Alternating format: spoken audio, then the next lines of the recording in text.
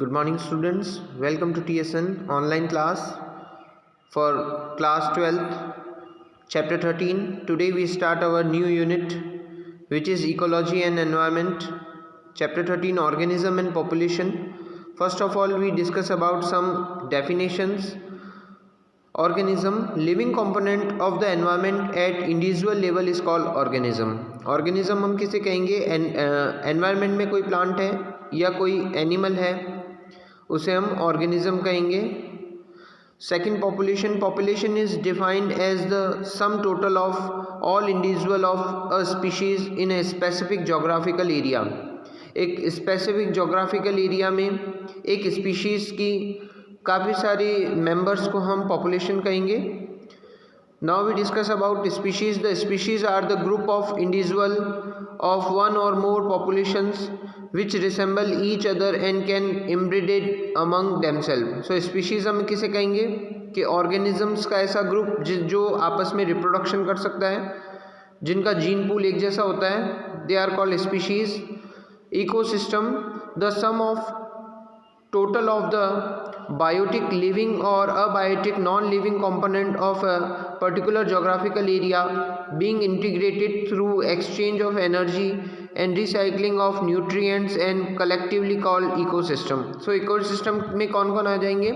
ecosystem में biotic factor और abiotic factor means non-living और living things दोनों आएंगे.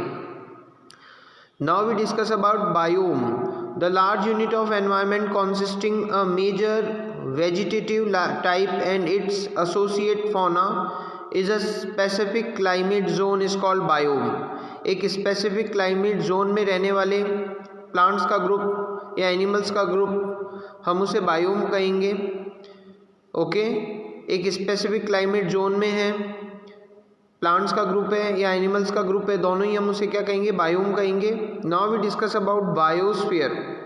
All the ecosystem of the world are collectively called biosphere. सारे ecosystems को वर्ल्ड में कलेक्टिवली बायोस्फीयर्स कहते हैं. नाउ वी डिस्कस अबाउट निश.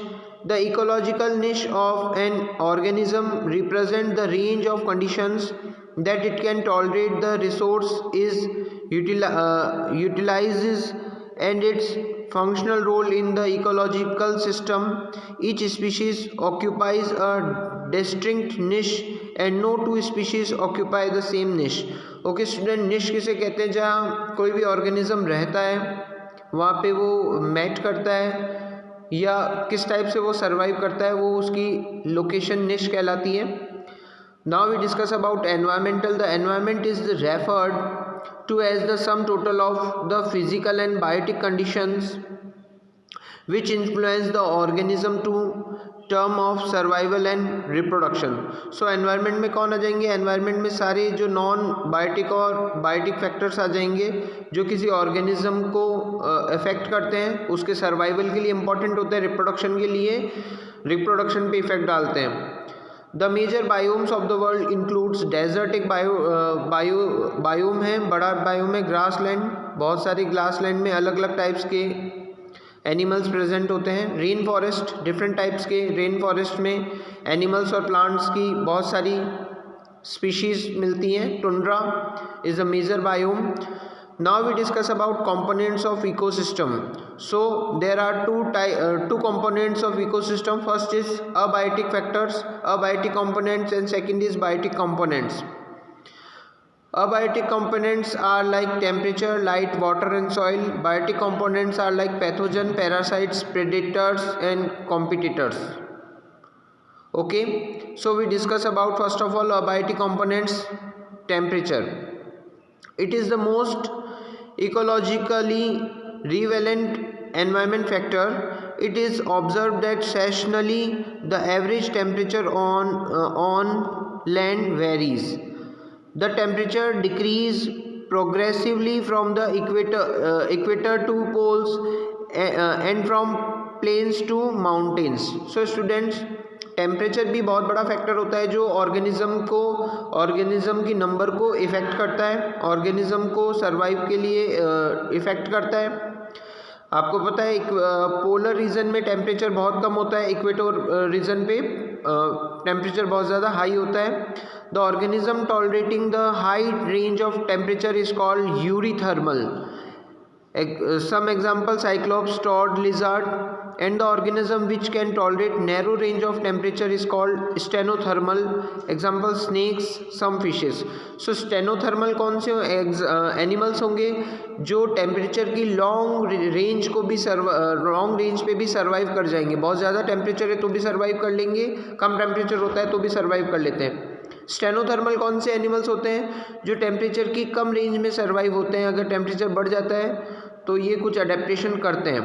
सो स्टेनोथर्मल जो है टेम्परेचर की narrow range of temperature is called stenothermal.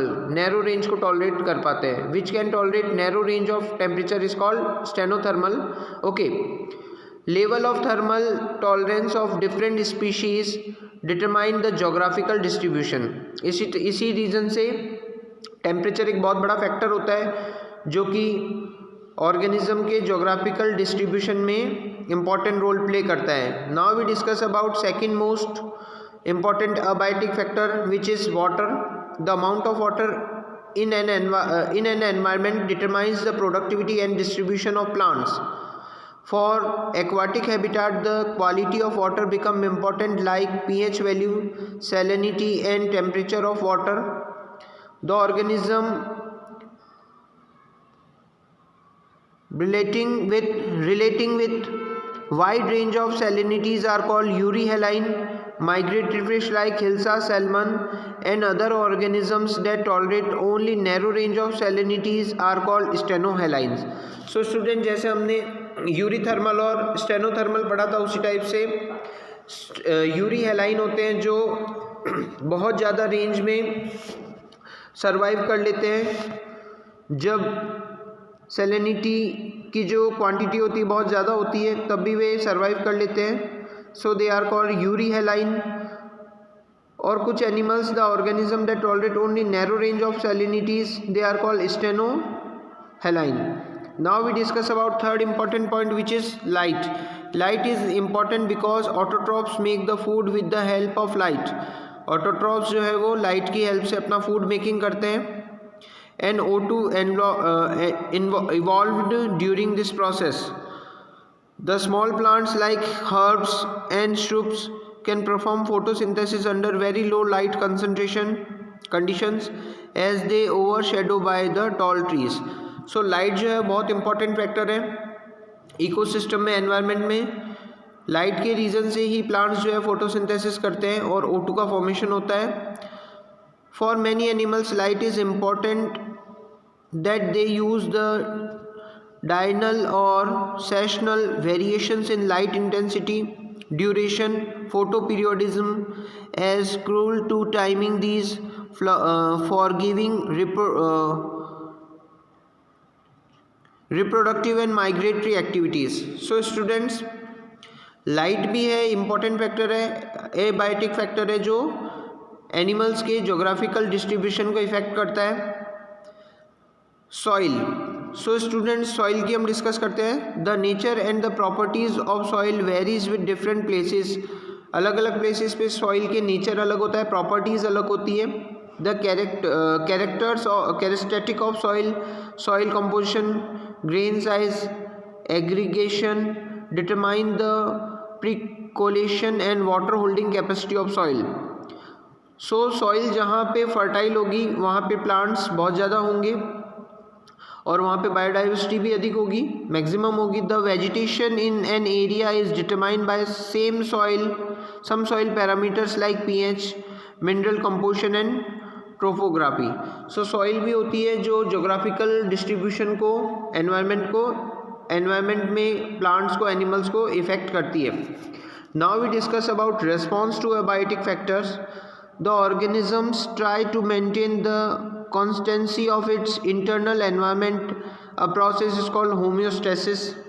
Means students, जो भी ऑर्गेनिज्म होता है वो एटमॉस्फेरिक चेंज को रेगुलेट अपने बॉडी में कर लेता है और एटमॉस्फेरिक चेंज के प्रति रेजिस्टेंस होता है.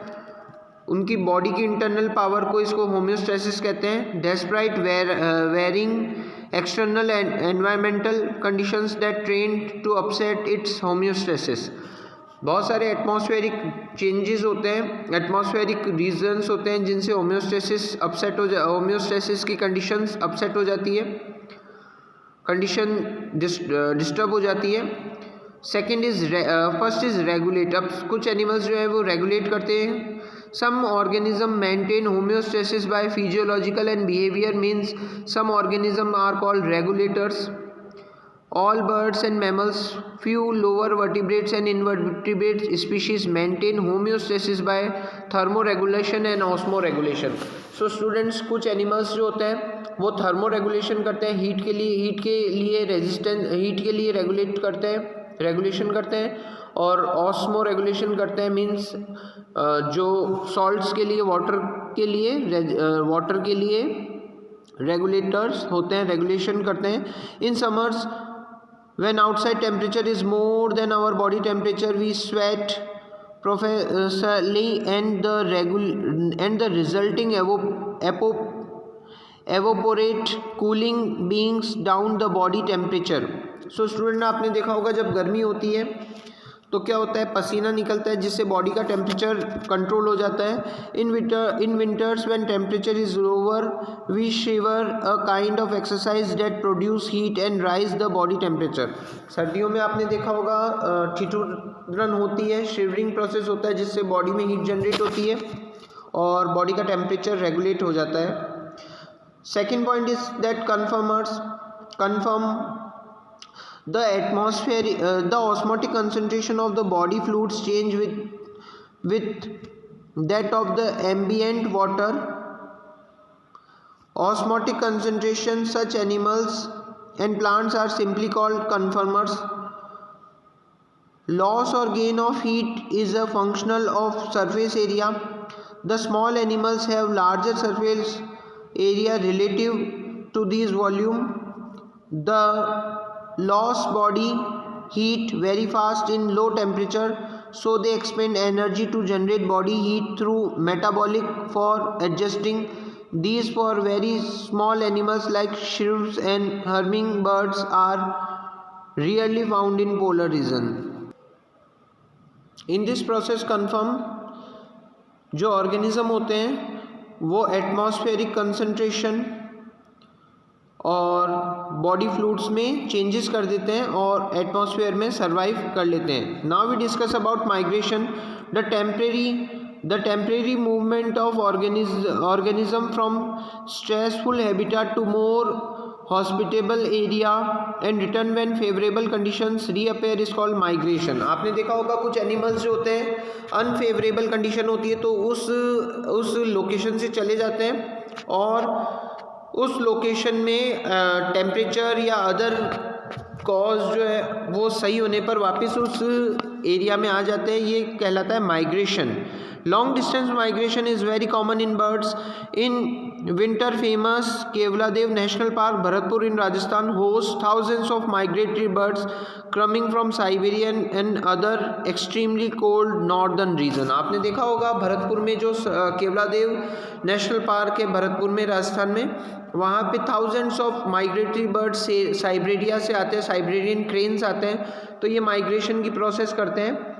Now we discuss about suspend. Some bacteria fungi lower plants under unfavourable conditions slow down metabolic rate and form a thick wall spores to over stressful condition. So student, कुछ bacteria fungi और lower plants होते हैं वो metabolic rate को कम कर देते हैं और एटमॉस्फेयर में सर्वाइव कर लेते हैं, ठीक है। These spores germinate under onset the suitable environment.